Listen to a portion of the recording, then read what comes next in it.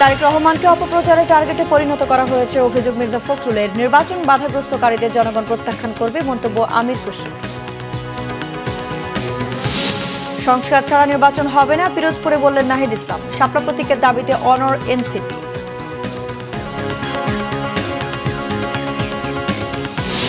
আন্দোলনে আগুনে ঘি ঢালা দিন 14 জুলাই। শেখ হাসিনার বেফাঁস মন্তব্যে রাতের নিস্তব্ধতা ভেঙে স্লোগানে মুখর হয়ে উঠেছিল বিশ্ববিদ্যালয়।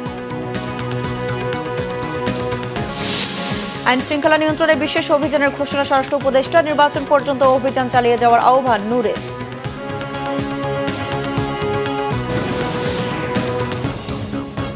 দেখছিলেন ক্রাউন সিমেন্ট সংবাদ শিরোনাম, এবার বিস্তারিত। বিএনপি মহাসচিব মির্জা ফখরুল ইসলাম আলমগীর বলেছেন, বিএনপিকে সহজে তুড়ি মেরে উড়িয়ে দেওয়া যাবে না। তিনি বলেন, বিএনপিকে হেয় করতে একটি চক্র পরিকল্পিতভাবে কাজ করছে। তারেক রহমান এখন তাদের টার্গেটে পরিণত হয়েছেন। এদিকে অর্থনীতিবিদ ডক্টর মাহবুবুল্লাহর মতে বর্তমান পরিস্থিতি বিএনপির জন্য অশনি সংকেত। আহমেদ সরোয়ারের রিপোর্ট। রবিবার রাজধানীর একটি হোটেলে Tarek Rahman the hope of Bangladesh নামে একটি বইয়ের মোড়ক উন্মোচন করা হয়, যাতে তারেক রহমানের তৃণমূল ভিত্তিক রাজনীতির দর্শনকে তুলে ধরা হয়েছে। মোড়ক উন্মোচন করে বিএনপি মহাসচিব বলেন, এখন মিডিয়া পাল্টে যাচ্ছে। সাইবার যুদ্ধের জন্য প্রস্তুতির জায়গায় বিএনপি খুব দুর্বল। এখন একটা কিন্তু মারাত্মক রকমের একটা বড় রকমের আক্রমণের শিকার আমরা হয়েছি। সাইবার অ্যাটাক হয়েছে আমাদের উপরে। চতুর্দিক থেকে একটা পরিকল্পিতভাবে বিএনপিকে হেয় প্রতিপন্ন করবার জন্যে, বিএনপিকে উড়িয়ে দেওয়ার জন্য, এবং সবচেয়ে মারাত্মক যেটা, ফর দ্য ফার্স্ট টাইম এবার আমাদের নেতা তারেক সাহেবের উপরে আক্রমণ হয়েছে। আমি এটা আপনারা লক্ষ্য করেছেন নিশ্চয়ই। তার নাম ধরে, তার কথা বলে, তাকে বিভিন্নভাবে মেলাইন করে তার সম্পর্কে কথা বলেছে, যেটা খুব অ্যালার্মিং। আমি এটা জোর দিয়ে বলতে চাই, বিএনপিকে এত সহজে তুড়ি মেরে উড়িয়ে দেওয়া যাবে না। বিএনপি প্রমাণ করেছে, প্রতিবার প্রমাণ করেছে যে বিএনপি সেই ধ্বংসস্তূপ থেকে জেগে উঠতে জানে। আলোচনায় অংশ নিয়ে বিশিষ্টজনেরা সমকালীন রাজনীতিতে তারেক রহমানের ভূমিকা উল্লেখ করে বলেন, তিনি দেশের রাজনীতিতে সক্রিয় থেকেছেন আদর্শিক নেতৃত্ব হিসেবে। আজকে আমি অশনি সংকেত দেখছি। বিএনপির মধ্যে স্বার্থপর লোকরা, কিছু অপশক্তি, তারা আজকে অপতৎপরতায় মেতে উঠেছে। যে বিএনপিকে শেখ হাসিনা ধ্বংস করতে পারেনি, ভাঙতে পারেনি, বিপর্যস্ত করতে পারেনি, সেই বিএনপি আজকে কিন্তু বড় একটা হুমকির মুখে পড়েছে। তারা এই মুহূর্ত থেকে দেশে একটা গোপন জরিপ শুরু করুন। বিশেষ করে এই জরিপের উদ্দেশ্য হবে দলের মধ্যে কারা ক্ষতিকর কার্যক্রমে লিপ্ত আছে, অসামাজিক কার্যক্রমে লিপ্ত আছে, দল বিরোধী কার্যক্রমে লিপ্ত আছে। আমি আশাবাদী ভবিষ্যতে যে জিনিসগুলো এখন উনি করে উঠতে পারছেন না, দলের নানান রকম বিশৃঙ্খলা আছে, সেগুলো উনি বহিষ্কার করে আসলে সম্ভব না। যদি রাষ্ট্রের ক্ষমতায় আসেন, দায়িত্বে আসেন, আমি আশা রাখি, আস্থা রাখি তিনি সেটা পেরে উঠবেন। এবং একটা ফাইট আমি অন্তত করার চেষ্টা করছি, আপনাদের জন্য করা সোজা না, কারণ আপনারা এই দলটা করেন, যারা করেন। পাথর দিয়ে হত্যা করার এই ঘটনায় খেয়াল করবেন, দল হিসাবে বিএনপিকে স্টিগমাটাইজ করা, দল হিসাবে বিএনপিকে আওয়ামী লীগের পর্যায়ে নিয়ে যাওয়া, একই রকম আলাপ করা যে বিএনপিও টিকে থাকার কোনো দরকার নেই, বিএনপিও নিষিদ্ধ হয়ে যাওয়া উচিত, এগুলো প্রত্যেকটা বাংলাদেশের বিরুদ্ধে কিন্তু চক্রান্ত। বিএনপির রাজনীতি তরুণদের মাথায় ঢোকানোর উপর জোর দেন আলোচকরা। আহমেদ সরোয়ার, বাংলা ভিশন, ঢাকা। এদিকে বিএনপি স্থায়ী কমিটির সদস্য আমির খসরু মাহমুদ চৌধুরী বলেছেন, রাজনৈতিক সংস্কৃতি না বদলালে কোনো সংস্কারই কাজে আসবে না। রবিবার বিকেলে চট্টগ্রাম মহানগরীর এলজিইডি মিলনায়তনে বিএনপির সাবেক ভাইস চেয়ারম্যান আব্দুল্লাহ আল নোমান স্মরণে নগর বিএনপি আয়োজিত স্মরণ সভায় তিনি কথা বলেন। প্রয়াত নেতাকে গভীর শ্রদ্ধার সাথে স্মরণ করে আমির খসরু বলেন, রাজনীতিতে আব্দুল্লাহ আল নোমান ছিলেন নেতাদের নেতা। তিনি অনেক নেতা তৈরি করে গেছেন। আমির খসরু বলেন, যারা রাজনীতিকে কুরুষিত করতে চায়, নির্বাচন বাধাগ্রস্ত করতে চায়, জনগণ তাদের প্রত্যাখ্যান করবে। রাজনীতি শুধু ক্ষমতায় যাওয়ার জন্য নয়, জনগণের সাথে থেকে জনগণের প্রত্যাশা ও আকাঙ্ক্ষাকে ধারণ করে সে অনুযায়ী কাজ করাই হলো রাজনীতি। বিএনপির আইন বিষয়ক সম্পাদক ব্যারিস্টার কায়সার কামাল বলেছেন, সোহাগ হত্যাকাণ্ডকে কেন্দ্র করে স্বাধীনতা যুদ্ধে পরাজিত একটি দল এখন বিএনপিকে টার্গেট করে প্রোপাগান্ডা চালাচ্ছে। রবিবার সুপ্রিম কোর্টের এক সংবাদ সম্মেলনে কায়সার কামাল বলেন, রাজনৈতিক দলগুলোর উচিত গণতন্ত্রের উপর আস্থা রেখে সহনশীলতা বজায় রাখা, কিন্তু দুই একটি রাজনৈতিক দল তা না করে নোংরা রাজনীতির খেলায় মেতে উঠেছে। এদিন সোহাগ হত্যাকাণ্ডে বিএনপিকে জড়িয়ে উদ্দেশ্য প্রণোদিত সংবাদ প্রকাশের অভিযোগে একটি জাতীয় দৈনিকের সম্পাদককে 5 দিনের মধ্যে ভুল স্বীকার করে ক্ষমা চাইতে আইনি নোটিশ পাঠান ব্যারিস্টার কায়সার কামাল। এ বিষয়ে তিনি বলেন, পুলিশের পক্ষ থেকে বারবার বলা হয়েছে ব্যবসায়িক দ্বন্দ্বের ফলে এই হত্যাকাণ্ড, কিন্তু একটি পত্রিকায় বিএনপির চাঁদাবাজির ফলে এই ঘটনা ঘটেছে এমন সংবাদ প্রকাশ করা হয়েছে। এটি উদ্দেশ্য প্রণোদিত সংবাদ। বাংলাদেশের স্বাধীনতার বিরোধিতা করেছিল তাদের কতিপয় নেতৃবৃন্দ, মনে হচ্ছে তাদের কথায় বিএনপিকে টার্গেট করছে বা টার্গেট করেছে। কালকে এক নেতা বক্তব্য দিচ্ছিলেন, আমি শুনছিলাম যে দল হিসাবে নাকি বিএনপির পতন চায়। সেই নেতার এইটুকু কি মাথায় ঢুকলো না? বিএনপি পতন চান উনি দল হিসাবে, সরকারের পতন হতে পারে, রাজনৈতিক দলের পতন হয় কিভাবে? বিএনপি চেয়ারপারসন উপদেষ্টা আব্দুস সালাম অভিযোগ করেছেন, সন্ত্রাসী কর্মকাণ্ডে জড়িত অপরাধীদের আইনের আওতায় না এনে বারবার বিএনপির উপর দোষ চাপাচ্ছে সরকার। আর চেয়ারপারসনের পররাষ্ট্র বিষয়ক উপদেষ্টা কমিটির বিশেষ সহকারী ইশরাক হোসেন দলীয় নেতাকর্মীদের আরও সংযত আচরণ করার পরামর্শ দিয়েছেন। রবিবার রাজধানীর পুরান ঢাকার উল্টিনগঞ্জ কাঠ ব্যবসায়ী সমিতির দোয়া মাহফিলে এসব কথা বলেন তারা। শহীদ রাষ্ট্রপতি জিয়াউর রহমান ও জুলাই 24-এর সকল শহীদের আত্মার মাগফিরাত কামনায় এই অনুষ্ঠানের আয়োজন করা হয়। অনুষ্ঠানের প্রধান অতিথি বিএনপি চেয়ারপারসন উপদেষ্টা আব্দুস সালাম সরকারের সমালোচনা করে বলেন, মানুষ নির্বাচন আয়োজনের জন্য এই সরকারকে ক্ষমতায় বসিয়েছে, কিন্তু সরকার টালবাহানা করে প্রায় 1 বছর পার করেছে। আর বিএনপি চেয়ারপারসনের পররাষ্ট্র বিষয়ক উপদেষ্টা কমিটির বিশেষ সহকারী ইশরাক হোসেন বলেন, পুরান ঢাকায় ব্যবসায়ীকে বর্বরোচিত হত্যাকাণ্ড একটি পরিকল্পিত ঘটনা। তিনি এই নৃশংস ঘটনার জন্য দায়ীদের খুঁজে কঠিন শাস্তির মুখোমুখি করতে অন্তর্বর্তী সরকার প্রতি আহ্বান জানান। আজকে যারা এই সমস্ত কথা বলতে নির্বাচন ঠেকাইতেছে, পার্লামেন্ট নির্বাচন যারা চায় না, যারা লোকাল নির্বাচন চায়, তারা মূলত একটা শক্তিশালী পার্লামেন্ট হোক এটা চায় না। কারা চায় এটা? যারা নির্বাচন হলে এমপি হইতে পারবে না, এমপি হইতে পারবে না। তারা বলে যে না, আমার ভোট দরকার নাই, আমি সারা দেশে আমার পক্ষে যারা ভোট দিল ওইটা হিসাব করে আমার এমপি বানাইতে হবে। কোন একটা মামার বাড়ির আবদার। আমাদের বিরুদ্ধে ষড়যন্ত্র চলছে, এটা আপনারা জানেন। নানা ধরনের প্রোপাগান্ডা, অপপ্রচার আমাদের দলের বিরুদ্ধে চালানো হচ্ছে। সেই জন্যে আমি বলবো যে আমাদের যারা দলীয় নেতাকর্মী রয়েছেন তাদেরকে আরও সংযত আচরণ করতে হবে, জনগণের সাথে মিশে তাদের বন্ধু হয়ে, তাদের বিপদে আপদে তাদের একজন সাহায্যের খুঁটি হয়ে দাঁড়িয়ে আমাদের আগামী দিনে রাজনীতি করতে হবে। কারণ যেটা আমাদের নেতা দেশনায়ক জনাব তারেক রহমান প্রতিনিয়তই আমাদেরকে বলে যাচ্ছেন, আগামী দিনের রাজনীতি কিন্তু সম্পূর্ণ ভিন্ন হবে। পুরনো দিনের স্টাইলের রাজনীতিতে কিন্তু আগামী দিনের রাজনীতি হবে না। আমাদেরকে নতুন যে 3.5 কোটি ভোটাররা যুক্ত হয়েছে, নতুন ভোটাররা, তাদের মন জয় করতে হবে। তাদের জন্য আমরা কি করব সেই কথাগুলো আমাদেরকে তুলে ধরতে হবে। সংস্কার ছাড়া কোনো নির্বাচন হবে না বলে আবারও জানিয়ে দিয়েছেন জাতীয় নাগরিক পার্টি এনসিপির আহ্বায়ক নাহিদ ইসলাম। রবিবার জুলাই পদযাত্রা 13তম দিনে এনসিপি পিরোজপুর জেলা শাখার আয়োজনে জেলার কেন্দ্রীয় শহীদ মিনারে এই কথা বলেন তিনি। নাহিদ ইসলাম বলেন, জুলাই গণ অভ্যুত্থানের মাধ্যমে ফ্যাসিস্ট শেখ হাসিনার সরকারের পতন ঘটেছিল। গুম, খুন, নির্যাতন, দুর্নীতি, লুটপাট, ভোটাধিকার হরণ, সন্ত্রাস এমন কোনো অপকর্ম নেই সেই সরকার করেনি। বলেন, 3বার দেশের মানুষ ভোট দিতে পারেনি। সীমাহীন জুলুম, নির্যাতন, অত্যাচারের অতিষ্ঠ হয়ে মানুষ রাজপথে নেমে এসেছিল। এর আগে সকাল 11টায় পদযাত্রা শুরু কথা থাকলেও বৃষ্টির কারণে 12টার দিকে দলটির কেন্দ্রীয় নেতা কর্মীরা পিরোজপুর সার্কিট হাউস থেকে পদযাত্রা শুরু করেন।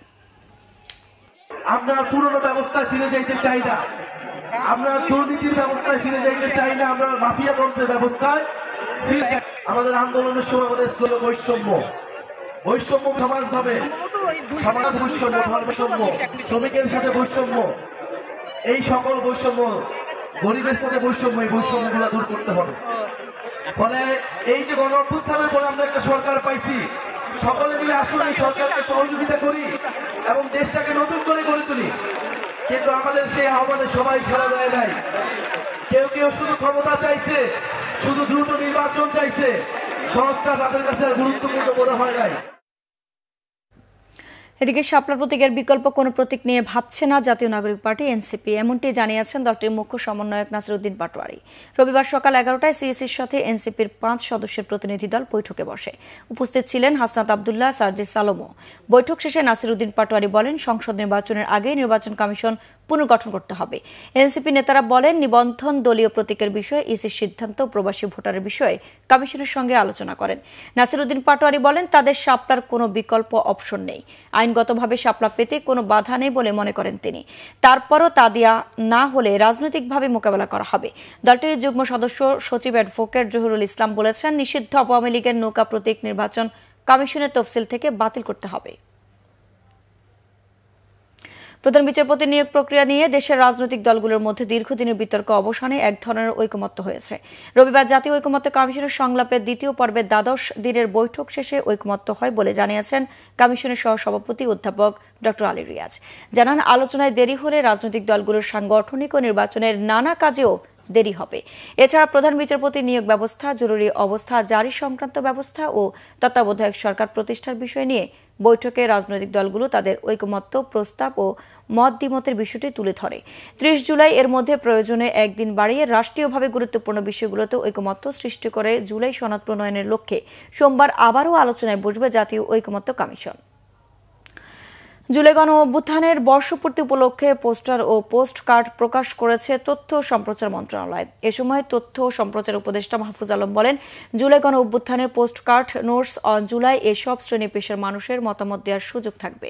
রবিবার তথ্য ও সম্প্রচার মন্ত্রণালয়ের সভাকক্ষে পোস্টার ও পোস্ট কার্ড প্রকাশ কার্যক্রমের উদ্বোধন করেন উপদেষ্টা মাহফুজ আলম। প্রকাশিত 10টি পোস্টার সবগুলোই জুলাই গণ অভ্যুত্থান কেন্দ্রিক। পোস্টার ও পোস্ট কার্ড প্রকাশ অনুষ্ঠানে তিনি আশা প্রকাশ করে বলেন, বিপুল সংখ্যক মানুষ পোস্ট কার্ডে জুলাই গণ অভ্যুত্থান সম্পর্কিত স্মৃতি ও মতামত দেবেন। এসব পোস্ট কার্ড গুরুত্ব সহকারে সংরক্ষণ করা হবে। তথ্য সম্প্রচার মন্ত্রণালয়ের সচিব মাহবুবা ফারজানা সহ সংশ্লিষ্ট ঊর্ধ্বতন কর্মকর্তারা অনুষ্ঠানে উপস্থিত ছিলেন। তথ্য উপদেষ্টা বলেন, জেলা তথ্য অফিস সমূহ প্রামাণ্যচিত্র প্রদর্শনী, পোস্টার বিতরণ ও প্রদর্শন সহ অন্যান্য কার্যক্রম বাস্তবায়ন করছে। জুলাই গণ অভ্যুত্থানের বর্ষপূর্তির সকল কার্যক্রম যথাসময়ে বাস্তবায়নের উপর গুরুত্ব আরোপ করেন তিনি। এই প্রোগ্রামের আরেকটা তাৎপর্য হচ্ছে, আমরা আজকে থেকে আমাদের অফিসিয়াল কার্যক্রম শুরু করলাম। আমাদের মন্ত্রণালয়ের সাথে সম্পৃক্ত আরও অনেকগুলো কাজ আছে এবং অনেকগুলো কাজ অলরেডি চলমান। বিটিভির যে ডকুমেন্টারিগুলো কাজ চলতেছে, তারপরে আমাদের আরও নিজেদের ডকুমেন্টারি, যেটা আমাদের সবচেয়ে ভালো ডকুমেন্টারি আমার এখন পর্যন্ত যেটা করা গেছে সেটা হচ্ছে শ্রাবণ বিদ্রোহ। সেটা বিটিভিতে প্রিমিয়ার হবে এবং আমরা আশা করি যে আগামী কয়েকদিনের ভিতরে আমরা এটা পাবলিকলি মুক্ত করব। জুলাই আগস্ট অভ্যুত্থানে রংপুরের বেগম রোকেয়া বিশ্ববিদ্যালয়ের শিক্ষার্থী আবু সাইদ হত্যার ঘটনায় করা মামলার আসামি রাফিউল ইসলাম রাসেল ও মোহাম্মদ আনোয়ার পারভেজকে আগামী 22 জুলাই হাজির করতে নির্দেশ দিয়েছে ট্রাইব্যুনাল 2। এই 2 আসামি বেগম রোকেয়া বিশ্ববিদ্যালয়ের কর্মচারী। এছাড়া এই মামলায় গ্রেফতার 4 জনকে রবিবার ট্রাইব্যুনাল হাজির করা হয়। পলাতক অন্য 24 আসামিকে 22 জুলাইয়ের মধ্যে হাজির হতে 2টি জাতীয় দৈনিক পত্রিকায় বিজ্ঞপ্তি প্রকাশের নির্দেশ বহাল রেখেছে ট্রাইব্যুনাল। এছাড়া সাভারের আশুলিয়ায় 6 জনকে হত্যার পর লাশ পুড়িয়ে দেওয়ার মামলায় 8 আসামিকে ট্রাইব্যুনালে হাজির করা হয়। এই মামলা শুনানির জন্য প্রসিকিউশন সময় চাইলে আগামী 16 জুলাই দিন ধার্য করা হয়। গত 2 জুলাই অভিযোগ আমলে নেয় আন্তর্জাতিক অপরাধ ট্রাইব্যুনাল 2। সেদিন পলাতক 8 আসামির বিরুদ্ধে গ্রেফতারি পরোয়ানাও জারি করা হয়। আন্দোলনের আগুনে ঘি ঢালে তৎকালীন স্বৈরাচার প্রধানমন্ত্রী শেখ হাসিনার রাজাকারের বাচ্চা মন্তব্যটি। এর প্রতিবাদে ফুঁসে উঠে রাতের নিস্তব্ধতা ভেদ করে স্লোগানে উত্তাল হয়ে ওঠে ঢাকা বিশ্ববিদ্যালয় ও বুয়েট সহ দেশের প্রায় সব বিশ্ববিদ্যালয় ও শিক্ষা প্রতিষ্ঠান। নড়ে ওঠে মুক্তিযুদ্ধের চেতনার মোড়কে রাজত্ব করে আসা আওয়ামী লীগের ক্ষমতার মসনদের ভিত। বিশ্লেষকদের বলছেন, এ থেকে শিক্ষা না নিলে একই পরিণতি বরণ করতে হবে সব স্বৈরাচারকেই। বিস্তারিত মামুন আব্দুল্লাহ রিপোর্টে। এখন আমার সামনে যদি দুইটা অপশন থাকে যে দুইজনই সমান মেধাবী, একজন মুক্তিযুদ্ধের সন্তান, একজন রাজাকারের সন্তান, আমি অবশ্যই মুক্তিযুদ্ধের সন্তানকে চাকরি করব। অবশ্যই জি, মুক্তিযুদ্ধের সন্তান নাতিপুতিরা কেউ মেধাবী না, যত রাজাকারের বাচ্চারাও নাতিপুতি হলো মেধাবী, তাই না?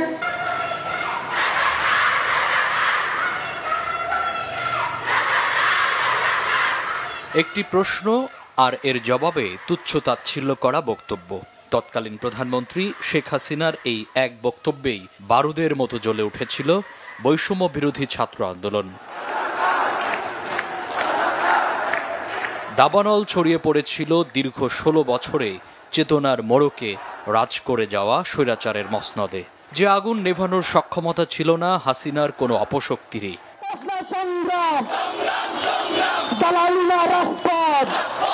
জুলাই আন্দোলনের মোড় ঘুরিয়ে দিতে যে কয়েকটি টার্ম বিশেষভাবে কাজ করেছে তার মধ্যে শিক্ষার্থীদের উদ্দেশ্য করে স্বৈরাচার শেখ হাসিনার তুচ্ছ-তাচ্ছিল্য করে এই বক্তব্য অন্যতম। বাংলাদেশে কাউকে যদি রাজাকার হিসেবে সাব্যস্ত করা যায় তাহলে তার আর কোনো রাজনৈতিক অধিকার এখানে আর অবশিষ্ট থাকে না। এই রাজনীতিটা আওয়ামী লীগ দীর্ঘ সময় ধরে এখানে করেছে। সত্যিকার অর্থে মুক্তিযুদ্ধের যে আকাঙ্ক্ষার জায়গা সেটাকে তারা বাদ দিয়ে তাদের দলীয় আকাঙ্ক্ষাকে, দলীয় অন্যায্যতাগুলোকে তারা মুক্তিযুদ্ধের চেতনার মোড়কে তারা বাংলাদেশে তারা রাজ করে গেছে। সেই সময়টাতে যখন শিক্ষার্থীরা এই বক্তব্যের প্রতিবাদে তুমি কে আমি কে রাজাকার রাজাকার এই স্লোগানটা তারা শক্তভাবে দিতে পেরেছেন, সেদিনই আসলে আওয়ামী লীগের মুক্তিযুদ্ধের চেতনার মোড়কে যে নষ্ট রাজনীতি তারা করেছেন সেটা আসলে পতন হয়ে গেছে। বিশ্লেষকরা বলছেন জুলাই আন্দোলন ছিল স্বাধীনতা পরবর্তী সবচেয়ে জনপ্রিয় এবং উল্লেখযোগ্য ঘটনা। যে আন্দোলন থেকে শিক্ষা নিতে না পারলে যুগে যুগে স্বৈরাচারের পরিণতি হবে আরও ভয়াবহ। একটা স্বৈরশাসন এবং একটা অগণতান্ত্রিক শক্তির চূড়ান্ত পরিণতি কি হয় আমরা 1971 সালে সেটা আমরা দেখেছি। এই বছরও আমরা দেখেছি যে কিভাবে মানে একটা ফেসিবাদী সরকার জনপ্রত্যাশার বিরুদ্ধে যে অগণতান্ত্রিকভাবে নিজের ক্ষমতাকে আঁকড়ে থাকার জন্য যে পেশিশক্তির ব্যবহার করেও যে চূড়ান্ত সাফল্য আসে না, সেটা এই জুলাই আমাদেরকে আবার শিক্ষা দিয়েছে। 14 জুলাইয়ের এদিনেই আন্দোলনরত শিক্ষার্থীরা ঢাকায় গণপদযাত্রা করে রাষ্ট্রপতি বরাবর স্মারকলিপি প্রদান করে। মামুন আব্দুল্লাহ, বাংলা ভিশন, ঢাকা। মিটফোর্ডের ব্যবসায়ী সোহাগকে খুনের ঘটনায় যে জড়িত থাকুক না কেন, যে পরিচয় থাকুক না কেন, তাদের ছাড় দেওয়া হবে না বলেছেন স্বরাষ্ট্র উপদেষ্টা জাহাঙ্গীর আলম চৌধুরী। রবিবার আইন শৃঙ্খলা পরিস্থিতি বিষয়ক আন্তঃমন্ত্রণালয় বৈঠক শেষে সচিবালয় এ তথ্য জানান। স্বরাষ্ট্র উপদেষ্টা বলেন, মিটফোর্ডের ব্যবসায়ীকে হত্যার ঘটনা দুঃখজনক, সভ্য সমাজে তা মেনে নেওয়া যায় না। জানান 19 জনের মধ্যে 7 জনকে গ্রেফতার করা হয়েছে। এই ঘটনাকে সর্বোচ্চ গুরুত্ব দেওয়া হচ্ছে। স্বরাষ্ট্র উপদেষ্টা জানান, বৈঠকে মব সৃষ্টি, চাঁদাবাজি, দখলবাজি ও অস্থিরতা সৃষ্টিকারীদের বিষয়ে আলোচনা হয়েছে। জাতীয় নির্বাচনের সময়ের সম্ভাব্য আইন শৃঙ্খলা পরিস্থিতি নিয়েও আলোচনা হয়। রোজার আগে পরে নির্বাচন যখনই হোক না কেন ডিসেম্বরের মধ্যে আইন শৃঙ্খলা পরিস্থিতি কাঙ্ক্ষিত পর্যায়ে উন্নতির চেষ্টায় কাজ করা হচ্ছে বলেও জানান স্বরাষ্ট্র উপদেষ্টা। এদিকে আইন শৃঙ্খলা পরিস্থিতির অবনতিতে সারা দেশে এখন থেকে নির্বাচন পর্যন্ত ধারাবাহিকভাবে যৌথ বাহিনীর অভিযান চালাতে অন্তর্বর্তী সরকার প্রতি আহ্বান জানিয়েছেন গণ অধিকার পরিষদের সভাপতি নুরুল হক নূর। রবিবার দুপুরে চট্টগ্রাম প্রেস ক্লাবে স্থানীয় গণমাধ্যম কর্মীদের সাথে এক মত বিনিময় সভায় তিনি এই আহ্বান জানান। নুরুল হক নূর বলেন, 5 আগস্ট ফ্যাসিস্ট আওয়ামী লীগ সরকারের পতনের পর দেশে 4 দিন কোনো সরকার ছিল না, আইন শৃঙ্খলা বাহিনীর তৎপরতা ছিল না। কিন্তু তা সত্ত্বেও সে সময় 2-1টি বিচ্ছিন্ন ঘটনা ছাড়া আইন শৃঙ্খলা পরিস্থিতির অবনতি হয়নি। দেশে এখন সরকার ও আইন শৃঙ্খলা বাহিনী থাকলেও সাম্প্রতিক সময়ে বিভিন্ন স্থানে আইন শৃঙ্খলা পরিস্থিতির অবনতি হয়েছে। তিনি বলেন, যারা চাঁদাবাজি, সন্ত্রাস এসব কাজ করছে তারা কোনো না কোনো রাজনৈতিক পরিচয় করছে। এনবিআর কর্মকর্তারা সরকারের আস্থা হারিয়েছেন, তাদের আতঙ্ক দূর করতে অভয় দেওয়ার কিছু নেই বলে জানিয়েছেন বিদ্যুৎ ও জ্বালানি উপদেষ্টা এবং এনবিআর সংক্রান্ত উপদেষ্টা কমিটির আহ্বায়ক মোহাম্মদ ফাউজুল কবির খান। রবিবার সকালে সচিবালয়ে এক সংবাদ সম্মেলনে এই কথা বলেন তিনি। জ্বালানি উপদেষ্টা স্বীকার করেন, রাজস্ব নীতি ও রাজস্ব বাস্তবায়ন বিষয়ে জারি করা অধ্যাদেশে চতুরতার আশ্রয় নেওয়া হলেও শুরুতে বিষয়টি ধরতে পারেনি উপদেষ্টা কমিটি। তবে এ বিষয়ে সরকারের সঙ্গে নিয়মতান্ত্রিক দাবি না জানিয়ে এনবিআর কর্মকর্তারা চরম অন্যায় করেছেন। আন্দোলনটি শুরুতে নিরীহ থাকলেও পরে দেশের অর্থনীতি ধ্বংস এবং সরকার বিরোধী অবস্থান তৈরি করে বলে জানান তিনি। ফাউজুল কবির খান জানান, এনবিআর নামটি শুনলে অনেকে লম্বা হাসি দেয়, তাই নামটা বাদ দিয়ে 2টি বিভাগ করার পক্ষ জোরালো করার অবস্থান তুলে ধরেন তিনি। প্রশাসন ক্যাডারের খবরদারি গ্রহণযোগ্য নয় জানিয়ে বলেন, ক্ষমতার ভারসাম্য রক্ষায় সচিব ও ঊর্ধ্বতন কর্মকর্তারা নিয়োগে নীতিমালা হবে। সরকারের প্রতি আস্থা ফেরাতে এনবিআর এর কর্মকর্তাদেরই আচরণ পরিবর্তন ও রাজস্ব আহরণ বাড়াতে হবে। যুক্তরাষ্ট্রের পাল্টা শুল্ক শুধু ট্যারিফের বিষয় নয়, এর সাথে দেশটির কৌশলগত অবজেক্টিভ রয়েছে বলে জানান ফাউজুল কবির খান। সামনের পথটা হচ্ছে যে আমরা যেটা বললাম যে অধ্যাদেশের কিছু ত্রুটি আমরা আইডেন্টিফাই করছি, তো সেই ত্রুটিগুলি আমরা সংশোধনের জন্য সরকারকে পরামর্শ দেব। এনবিআর কিন্তু আর থাকবে না এবং এটা কিন্তু সবার জন্যই ভালো, কারণ এনবিআর নাম শুনলে, এনবিআর চাকরি করলে শুনে মানুষ একটা লম্বা হাসি দেয়। এই হাসিটার অর্থ আপনারা সবাই জানেন কেন হাসি দেয় এনবিআর। তো এই জন্য এনবিআর না থাকাটাই সবার জন্য ভালো। এনবিআর এর যে এই নামটা এটা না থাকা সবার জন্য ভালো। 2টা ডিভিশনের কথা বলা হয়েছে, সেই 2টা ডিভিশন হওয়া ভালো। ভোক্তা অধিকার সংরক্ষণ অধিদপ্তরের মহাপরিচালক মোহাম্মদ আলিম আখতার খান বলেছেন, সরকারের সুনির্দিষ্ট নির্দেশনার পরও বাজারে মিনিকেট নামে চাল পাওয়া যাচ্ছে। এর বিপরীতে ব্যবসায়ীদের নানা যুক্তি থাকলেও তা কোনোভাবেই গ্রহণযোগ্য নয়। রবিবার রাজধানীতে ভোক্তা অধিকার অধিদপ্তরের কার্যালয়ে কর্পোরেট প্রতিষ্ঠান ও চালকল মালিকদের সাথে বৈঠক করেন প্রতিষ্ঠানের মহাপরিচালক। এ সময় চাল ব্যবসায়ীরা তাদের যুক্তি তুলে ধরেন। তাদের বক্তব্যের উত্তরে ভোক্তার মহাপরিচালক বলেন, মিনিকেট নামে কোনো চাল বাংলাদেশে নেই। এরপরও ব্যবসায়ীরা ব্র্যান্ডের দোহাই দিয়ে তা বাজারে বিক্রি করছেন। এটি কোনোভাবে হতে পারে না। সরকারি নির্দেশনা অমান্য করলে অবশ্যই জরিমানা ও শাস্তির আওতায় আসতে হবে। সংবাদ শেষ করব ক্রাউন সিমেন্ট শিরোনামগুলো আরেকবার জানিয়ে।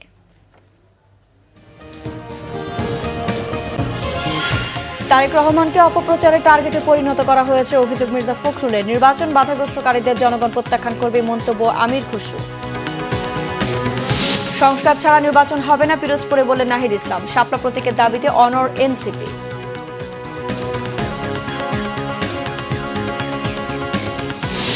আন্দোলনে আগুনে ঘি ঢালা দিন 14 জুলাই। শেখ হাসিনার বেফাঁস মন্তব্যে রাতের নিস্তব্ধতা ভেঙে স্লোগানে মুখর হয়ে উঠেছিল বিশ্ববিদ্যালয়গুলো। আইনশৃঙ্খলা নিয়ন্ত্রণে বিশেষ অভিযানের ঘোষণা স্বরাষ্ট্র উপদেষ্টা। নির্বাচন পর্যন্ত অভিযান চালিয়ে যাওয়ার আহ্বান নূরের।